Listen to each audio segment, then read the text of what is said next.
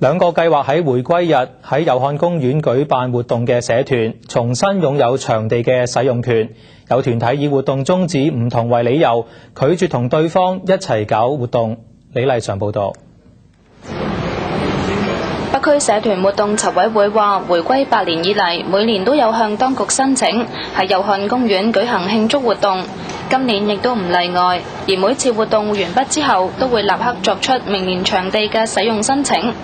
就有團體表示，回歸日會喺油漢公園舉行集會，籌委會聯同30幾個北區社團代表到民署了解情況。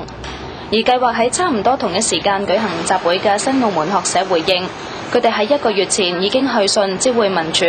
按照有關法律只需要知會當局，而無需得到批准。佢哋強調會繼續依法進行集會，唔會轉換場地，希望雙方互相協調，亦願意同其他團體共用場地。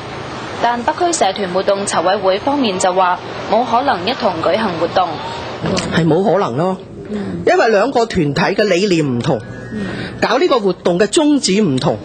所以係冇可能一齊搞嘅。呢個佢係妄想。油漢公園呢一度係北區少數嘅大型露天廣場，喺節假日唔少社團都喺呢度舉辦活動。根據申請時間嘅先後，民署最後決定將場地嘅使用權交俾北區社團活動籌委會，喺回歸當日舉行慶祝活動。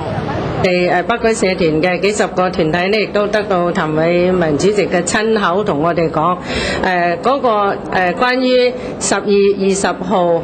嗰個回歸日嗰個油漢公園嘅場地呢，絕對係批俾我哋北區社團嘅。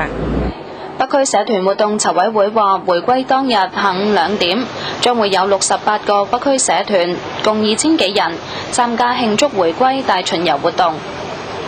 澳門電視台記者李麗常報道。